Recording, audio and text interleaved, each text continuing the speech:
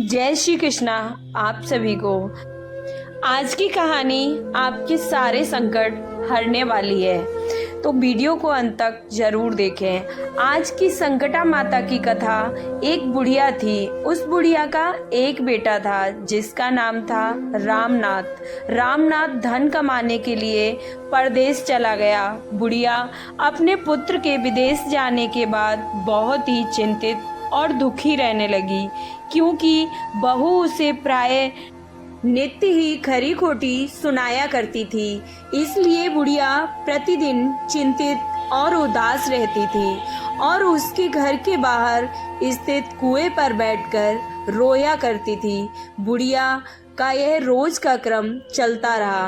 एक दिन कुएं में से दिए के माँ नामक एक स्त्री निकली और उसने बुढ़िया से पूछा, बूढ़ी माँ, तुम इस तरह बैठकर क्यों रोती हो? तुम्हें किस बात का कष्ट है?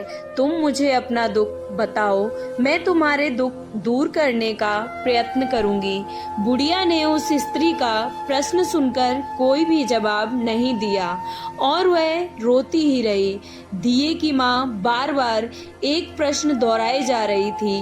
वह बुढ़िया इस बात से झुलझुला उठी। उस बुढ़िया ने दिए की माँ से कहा, तुम मुझे बार बार ऐसा क्यों पूछ रही हो? क्या सचमुच तुम मेरा दुख जानकर उसे दूर कर दोगी? बुढ़िया की बात सुनकर दिए की माँ ने उत्तर दिया, मैं अवश्य ही तुम्हारे कष्टों को दूर करने का प्रयत्न करूंगी। बुढ़िया ने दिए की माँ का ऐसा आश्वासन पाकर कहा, मेरा बेटा कमाने के लिए परदेश चला गया। उसके पीछे मेरी बहू मुझे बहुत बुरा भला कहती रहती है। यही मेरे दुख का कारण है। बुढ़िया की बात सुनकर दिए की माँ ने कहा, यहाँ के वन में संकटा माता रहती हैं। तुम अपना दुख उनसे सुनाकर कष्ट से छुटकारा पाने के लिए प्रार्थना करो। माँ बहुत दयालु हैं, दुखियों के प्रति बहुत सहानुभूति रखती हैं। निसंतानों को संतान, निर्धनों को धनवान, निर्बल को बलवान और अभागों को भाग्यवान बनाती हैं। उनकी कृपा से सौभाग्यवती स्त्रियों का सौभाग्य अचल हो जाता है। कुंवारी कन्याओं को अपने इच्छित वर की प्राप्ति होती है। रोगी अपने रोग से मुक्त होते हैं। इसके अलावा जो भी मनोकामना हो वह सभी पूरी करती हैं। इसमें कोई संदेह नहीं है। दिए की माँ से ऐसी विलक्षण बात सुनकर बुढ़िया संकटा माँ के पास गई और उनके चरणों पर गिरकर विलाप करने लगी। संकटा माता ने बड़े ही दयालु होकर बुढ़िया से पूछा, बुढ़िया, तुम किस कारण इतने दुख से बार बार रोती रहती हो? बुढ़िया ने कहा, हे माता, आप तो सब कुछ जानती हो। आपसे तो कुछ भी छिपा नहीं है। आप मेरे दुख को दूर करने का आश्वासन दें तो मैं अपने दुख की गाथा आपको सुनाऊं। बुढ़िया की बात सुनकर संकटा माता ने कहा, मुझे पहले अपना दुख बताओ। दुखियों का दुख दूर करना ही मेरा काम है। संकटा माता के ऐसा कहने पर बुढ़िया ने कहा, हे माता, मेरा लड़का परदेश चला गया है। उसके घर में न रहने से मेरी बहू मुझे बहुत तरह तरह की सुनाया करती है। उसकी बातें अब मुझसे सहन नहीं होती। इसी कारण परेशान होकर मैं बार बार रोया करती हूँ। बुढ़िया की इस दर्द भरी कथा को सुनकर माता संकटा ने कहा, तुम घर जाकर मेरे लिए मनौती मांगकर मेरी पूजा करो। इससे तुम्हारा लड़का सकुशल घर वापस आ जाएगा। मेरी पूजा के दिन सुहागन स्त्रियों को आमंत्रित कर उन्हें भोजन कराना। ऐसा करने से तुम्हारा लड़का अवश्य तुम्हारे पास आ जाएगा। संकटा माता के कहे अनुसार उस बुढ़िया ने मनौती मांगकर पूजा की और सुहागन स्त्रियों को भोजन के लिए आमंत्रित किया। परंतु विचित्र बात यह हुई कि जब बुढ़िया ने स्त्रियों के लिए लड्डू बनाने शुरू किए तो उससे 7 की जगह 8 लड्डू बन गए। इस बात से बुढ़िया बहुत ही असमंजस में पड़ गई। ऐसा होने का क्या कारण है? कहीं मुझसे गिनने में तो गलती नहीं हो रही, अथवा अपने आप 8 लड्डू बन जाने का कोई अन्य कारण है। उसी समय संकटा माता एक वृद्ध स्त्री के रूप में बुढ़िया के सामने प्रकट हुई और बुढ़िया से पूछा, क्यों बुढ़िया, आज तुम्हारे यहाँ कोई उत्सव है क्या?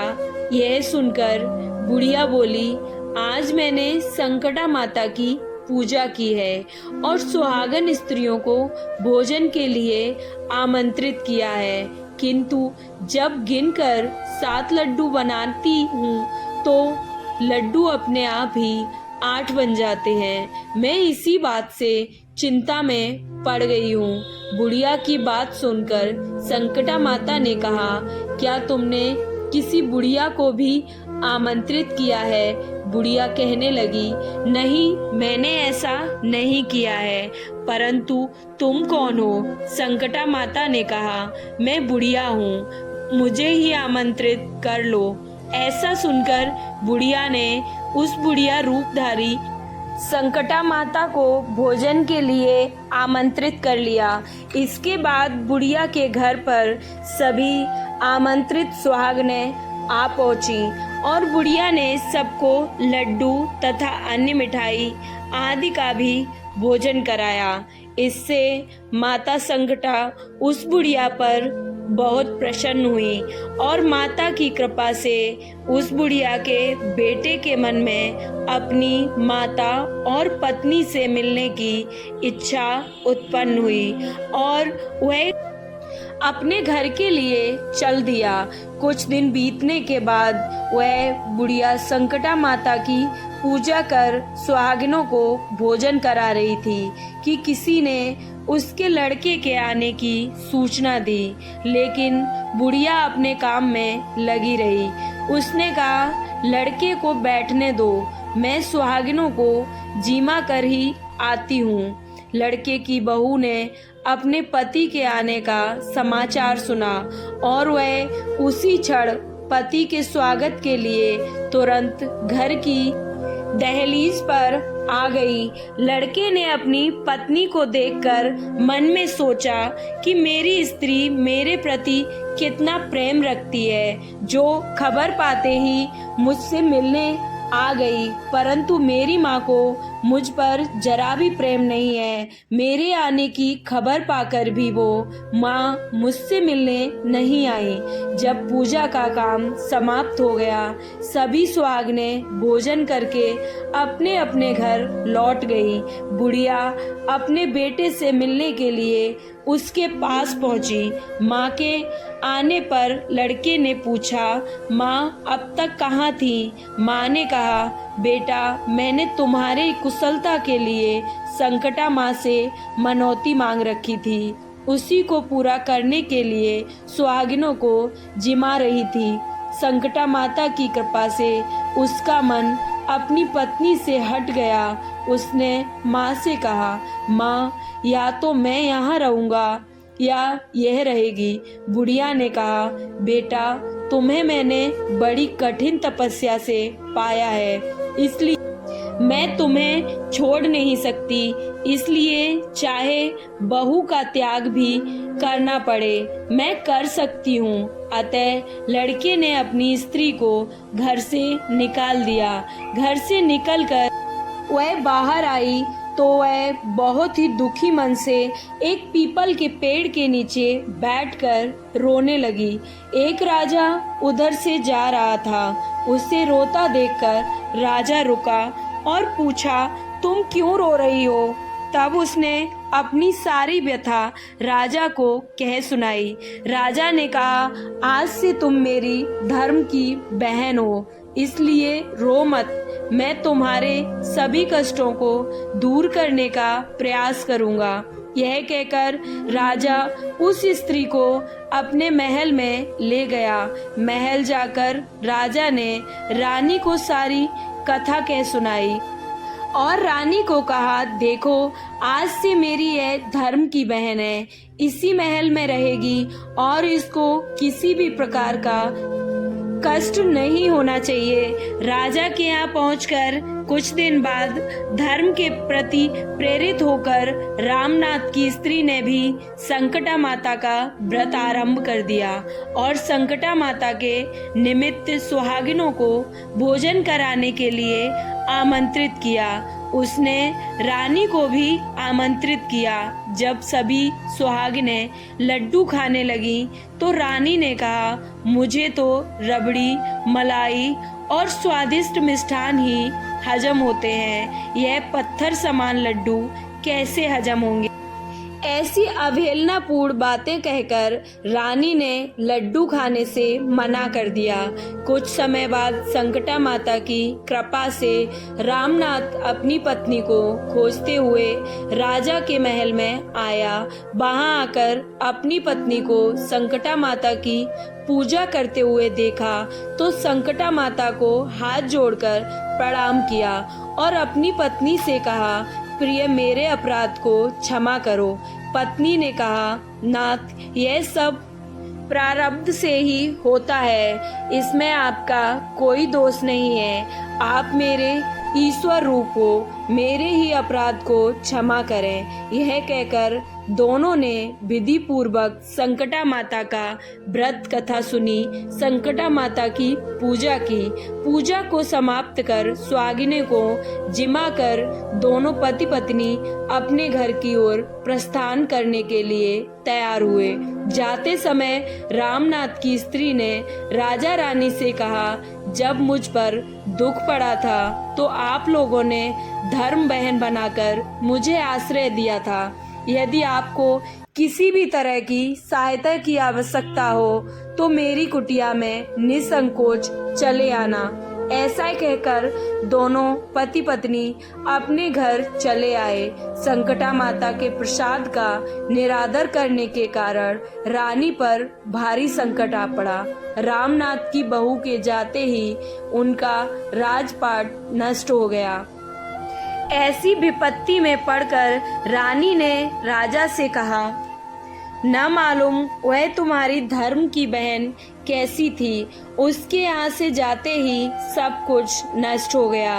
रानी ने राजा से कहा, जाते समय वह कह गई थी कि जब मेरे पर कष्ट पड़ा था तब मैं तुम्हारे यहाँ आई और कदाचित तुम्हारे ऊपर कोई भी कष्ट पड़े तो तुम मेरे घर चले आना, इसलिए हम लोगों को उसके यहाँ ही चलना चाहिए। ऐसा विचार कर राजा रानी दोनों ही अपनी धर्म बहन के घर गए। वहां जाकर रानी ने कहा, बहन तुम्हारे जाते ही ऐसा क्या हो गया कि हमारी सारी संपत्ति नष्ट हो गई, हम लोग बहुत परेशानी में पड़ गए। रानी की बात सुनकर रामनाथ की स्त्री ने कहा, बहन मैं तो कुछ नहीं जानती, मेरी तो सब करता धरता संकटा माता है, इसके अतिरिक्त कोई दूसरा नहीं है। इसलिए मेरी राय में तुम संकटा माता से अपनी भूलों के लिए क्षमा याचना करो। उन्हीं की मनौती से तुम्हारा काम बन जाएगा, तुम्हारे सारे बिगड़े काम अपने आप सुधर जाएंगे। रामनाथ की स्त्री की बातें सुनकर रानी ने श्रद्धा भक्ति से संकटा माता का व्रत किया और सुहागिनों को जिमा कर अनजाने में हुई अपनी सब भूलों के लिए संकटा माता से बार बार क्षमा मांगी। रानी के ऐसा करते ही माता संकटा प्रसन्न हो गई और रात में रानी को स्वप्न में कहा कि तुम दोनों पति पत्नी पहले महल को जाओ, वहां जाकर मेरी पूजा करना और मेरे निमित्त सुहागिनों को जिमाना। ऐसा करने से तुम्हारा गया हुआ राजपाट तुम्हें दोबारा वापस मिल जाएगा। सुबह होते ही रानी ने अपने स्वप्न की बात राजा को बताई। रानी की बात सुनते ही राजा उसी क्षण रानी को साथ लेकर अपने महल की ओर चल दिए। महल में आने के बाद राजा रानी ने संकटा माता के कहे अनुसार पूर्ण भक्ति भाव से माता संकटा की पूजा की और सुहागिनों को भोजन कराया।